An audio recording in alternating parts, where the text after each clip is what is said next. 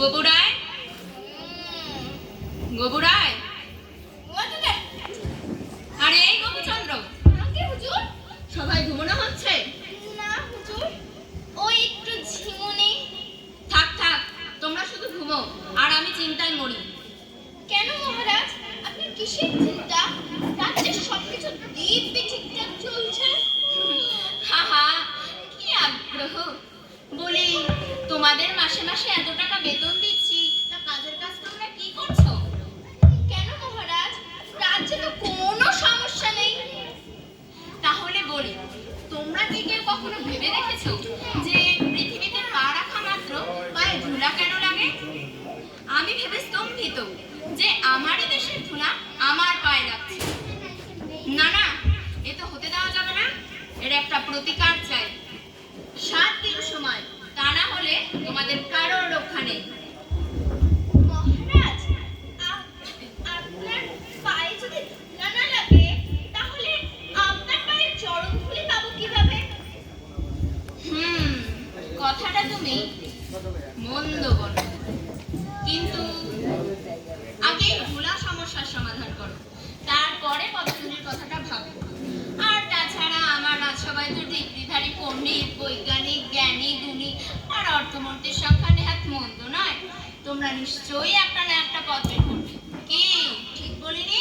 ঠিক ঠিক ঠিক। মহারাজ, আপনার চরণ ধুলো ছাড়া রাজকার্যে সিদ্ধিলাভ সম্ভব নয়। তবে তা দূর করতে হলে অর্থ হবে ব্যয়। রাজার নাই সায়। একই কথা শুনি বৈজ্ঞানিক তোমার মুখে। এ রাজা কখনো অর্থের জন্য পিছপা হয়নি। কাজেই অর্থের কথা না ভেবে সমস্যার সমাধান করুন। মহারাজ, আপনার চরণ ধুলির কথাটা বিবেচনা করবে। গোপচন্দ্র, মুখ সামলে নতুন কিছু ভাবো। পেয়েছি পেয়েছি পেয়েছি। কি পেয়েছো? আরে পেয়েছি। নূর, কি পেয়েছো? আগে আপনার ধুলি সমস্যার সমাধান। হেয়ালি করছো কেন? ঝেড়ে কাশ না বাবু। আপনার রাজ্যের সব ধুলো ঝেঁটিয়ে বিদায় করে দিলে কেমন হয়? না না, এই ঠিক নয়। কেন ঠিক নয়? পৃথিবীতে ধুলো চলে গেলে চাষবাস কোথায় হবে? পৃথিবীর মানুষ তো না খেয়ে মরবে। ধুলি হয় দূর, গানে নাই সুর, মাথা করে খুর খুর। আমার রাজদরবারে যখন এতগুলো রত্ন রয়েছে, তখন ধরায় ধুলো চলে গেলেও শস্য কিভাবে হবে তার উপায় নিশ্চয়ই বার করা যাবে। মহারাজ, আপনি আমার কথা শুনুন। আজই দেশের সমস্ত ঝাড়ুদারদের ডাকা হোক। এছাড়া আর উপায় নেই। ঠিক আছে, ডাকো তাহলে, কাজ শুরু হোক। মহারাজ, নগরের সব ধুলো ঝেঁটিয়ে দূর করতে হলে প্রচুর ঝাঁটা এবং ঝাড়ুদারের দরকার। আমার মনে হচ্ছে এই 17.5 লক্ষ ঝাঁটার প্রয়োজন।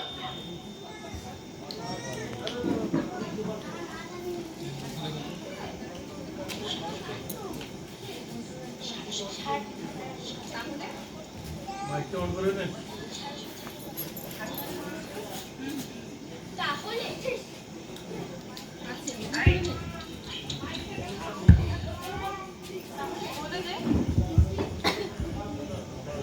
তাহলে 17.5 লক্ষ ঝাড়ুদারেরও দরকার।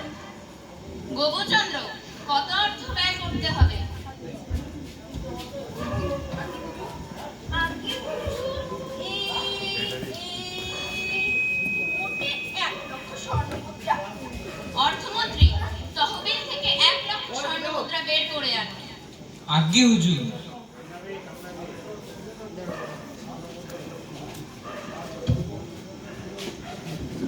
মহারাজ, এই হলো আপনার 1 লক্ষ কিঞ্চি বেশি নিলে মনে হয়। যে বলেন মহারাজ।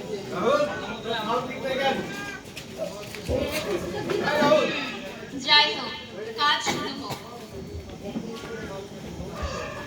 আচ্ছা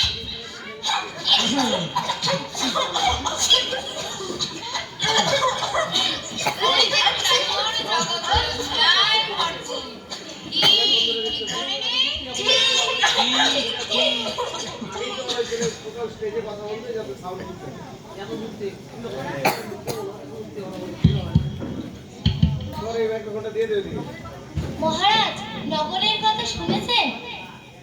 তার বুঝতে বাকি আছে?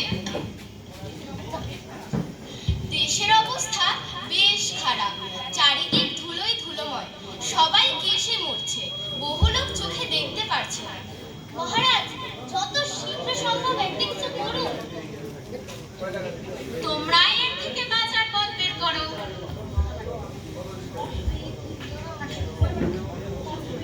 পথ পেয়েছি, পথ পেয়েছি, আমরা বাঁচার পথ পেয়েছি, পথ পেয়েছি, পথ পেয়েছি, আমরা বাঁচার পথ পেয়েছি। কি এমন পথ পেয়েছো?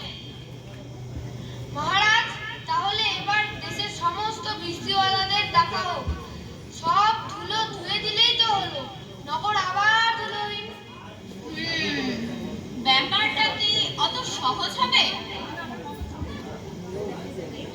তবে এর জন্য আবার কত স্বর্ণমুদ্রা ব্যয় করতে হবে গোপচন্দ্র? আমার মনে হচ্ছে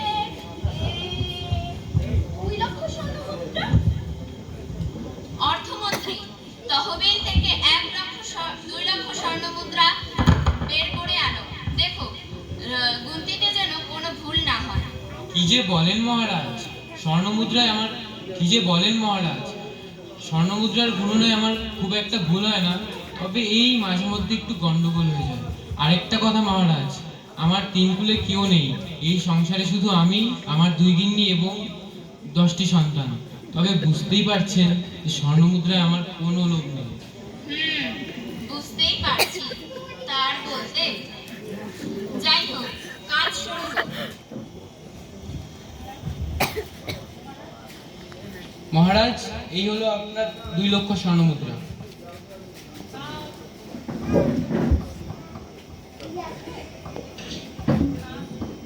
তাহলে এবার কাজ শুরু হোক।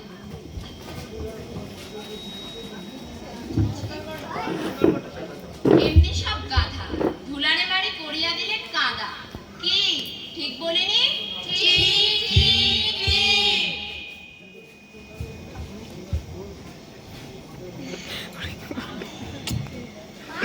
আজ 6 দিন হয়ে গেল, এখনো তো ধুলা সমস্যার কোনো সমাধান হলো না। মহারাজ, আমার মাথায় একটা দুর্দান্ত বুদ্ধি এসেছে। বলে ফেলো। সারা পৃথিবীটা যদি পরাস আর মাদুর দিয়ে ঢেকে দেওয়া হয়, তাহলে কেমন হবে? মন্দ বলো, কিন্তু মাদুর যদি ভেঙে যায় আর খরাস যদি ছিঁড়ে যায়, তাহলে তো সব কাজ ভেস্তে যাবে। আমাদের তো কোনো কাজই আর সিদ্ধ হবে না মন্ত্রী। আর এই যে বৈজ্ঞানিক, মনু, তুমি কি বলো? ওদিক দিয়ে যাও, তোমার এদিকে কি- সামনে দিয়ে এসো, ওদিক দিয়ে যাও, পিছন দিক দিয়ে যাও। হ্যাঁ, ভিডিও কি করছি। সৌজন্য! এই ফুল কি আমার জন্য? আজ্ঞে মহারাজ, এ ফুল আপনার। আমি বানিয়েছি এক ঘর, যাতে নেই কোনো রন্ধ, ধুলি থেকে রক্ষা পাবেন, থাকলে তাতে বন্ধ। বাহ বাহ, বেশ বেশ। সেই ঘরের ভেতর আছে এমন ধাতু, আপনার ইচ্ছে মতো বদলাবে ঋতু। আমার নিয়েছ চুষি, তবু আপনার কার্যে আমি খুশি।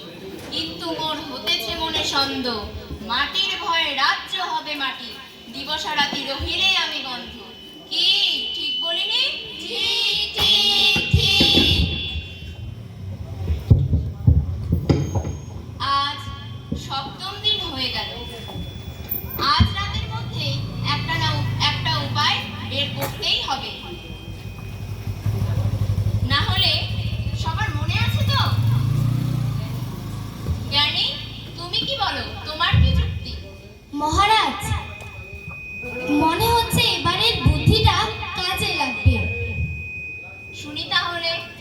মহারাজ, সমস্ত পৃথিবীটা চামড়া দিয়ে মুড়ে দেওয়া হোক। এ তো ছোটখাটো ব্যাপার নয়, বড় ব্যাপার। তো কত অর্থ ব্যয় করতে হবে গোপচন্দ্র? এ বেশি নয়, আপনার জন্য কমই। এই মোটে 4 লক্ষ স্বর্ণমুদ্রা। মোটে 4 লক্ষ স্বর্ণমুদ্রা। যাই হোক,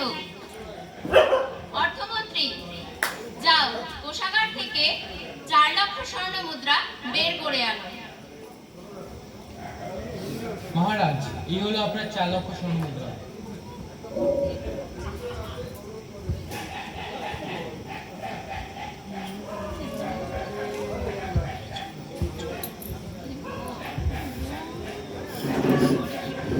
এর জন্য উপযুক্ত চামড়া এবং চাবারের প্রয়োজন। সেবাই, হা করে শুনছো কি? যাও, একজন উপযুক্ত চামার নিয়ে এসো। আজ্ঞে মহারাজ।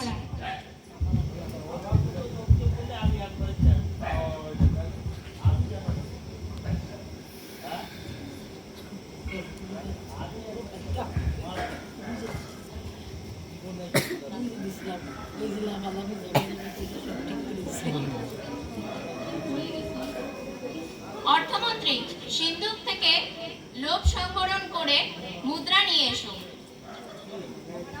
মহারাজ, আপনি শুধু আমারই লোভ দেখতে পান।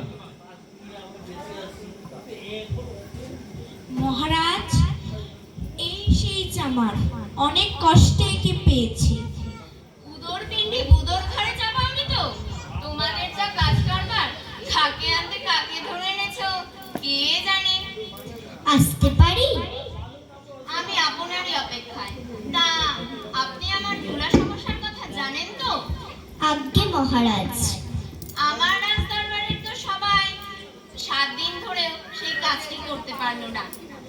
রাজসভার এত বিদ্যেধারী বৈজ্ঞানিক জ্ঞানী গুণী, তারা তো কিছুই করতে পারলো না। যাকে বলে শূন্য, বুঝলে? শূন্য, গোল্লা। মহারাজ, আমি নিচু জাতির মুখ্য সূক্ষ্ম মানুষ। দিন আনি দিন খাই, অনেক অর্থ ব্যয় করি, কিছু করবার কথা ভাবতে পারি না।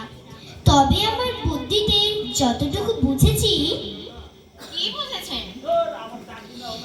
নিজের দুটি চরণ থাকো, তবে ধরণী আর থাকিতে নাহি হবে। ব্যাপারটা কি অত সহজ হবে? আমার রাজদরবারের তো সবাই 7 দিন ধরে যা করতে পারলো না, তা আপনি? বেটাকে শুলে দিতে কানের মাঝে বন্দি করে রাখো, এত বড় সাহস! মহারাজ, আপনার চরণ দুটি একবার আমার কোলে রাখুন।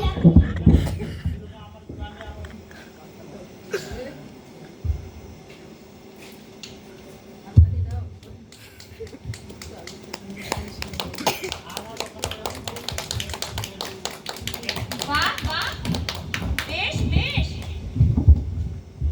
সত্যিই তো, পায়ে তো কোনো ধুলো লাগছে না। কি আনন্দ! চমৎকার চমৎকার, তোফা তোফা। কি হে গোপচন্দ্র? অবশ্য আমারও এটা মনে ছিল, কিন্তু